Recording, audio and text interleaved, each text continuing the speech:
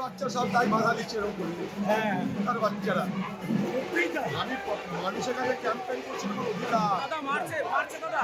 হ্যাঁ? কংগ্রেস কর্মীদেরকে মারধর করেছে পিছনে। ওরা মাঝে বলছে আপনারা কি করলে মারবে কি? পারলে পিছিয়ে দিতে হতো আমাদের।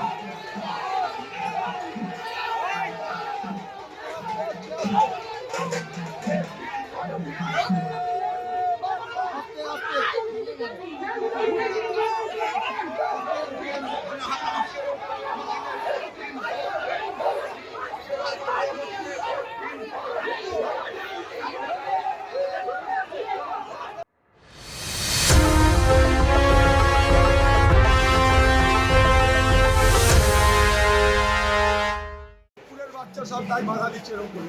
হ্যাঁ তার বাচ্চারা অধিকার। আমি মানুষের কাছে ক্যাম্পেইন করছি কোনো অধিকার। দাদা মারছে দাদা। হ্যাঁ? কংগ্রেস কর্মীদেরকে মারধর করেছে পিছনে। ওরা মাঝে বলছে আপনারা কি করলে মারবে কি? পারলে পিছিয়ে দিতে হতো আমাদের। পালিয়ে যাচ্ছি না, বেরিয়ে যাচ্ছি। আমার প্রোগ্রাম শেষ তাই যাচ্ছি। তৃণমূল বলতে পালিয়ে গেলেন। আমার প্রোগ্রাম শেষ। না দাদা, এইভাবে যেভাবে আপনাকে প্রত্যেকটা জায়গায় এইভাবে হেনস্থা করা তার হচ্ছে, মানে তো ওরা আমার কাছে পরাজিত। আর এবার আবারও বলে দিচ্ছি, পিছিয়ে যাবো এবার একদম। আর তৃণমূল যদি রক্তারক্তি চায় তো রক্তারক্তি হবে। তৃণমূল যদি মনে করে রক্তারক্তি করতে চায় তো রক্তারক্তি হবে এবার।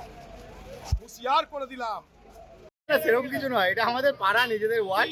আমরা প্রতিদিন সকালেই একটা করে তৃণমূলের নির্বাচনী প্রচার বের করি। আজও বেরিয়েছিল। তো আজকে যে রুট দিয়ে যাচ্ছিলাম শুরু গলি, পিছন থেকে দেখলাম হঠাৎ করেই পরিযায়ী নেতা আমাদের অধীরবাবু, উনিও মিছিল করতে বেরিয়ে গেলেন। তো উনার সেন্ট্রাল বাহিনী, বিজেপির দেওয়া সেন্ট্রাল বাহিনী, আমাদের যারা কর্মীরা, নেতৃত্বরা আছে মিছিল করছিল, তাদেরকে ঘুটি দিয়ে ওনাকে সামনে নিয়ে যাওয়ার চেষ্টা করছিল। ওনারা বুঝতে পারেননি যে এটা তৃণমূলের মিছিল, তাই যেটুকু হওয়ার একটু সরু গলির মধ্যে ধাক্কাধাক্কি সেটুকু হয়েছে, এর বেশি কিছু নয়। ধাক্কাধাক্কি হয়েছে তো, ধাক্কাধাক্কি সেইভাবে নয়, একটা সরু গলির মধ্যে দিয়ে দুটো মিছিল গেলে যেটা হয় সেটাই হয়েছে।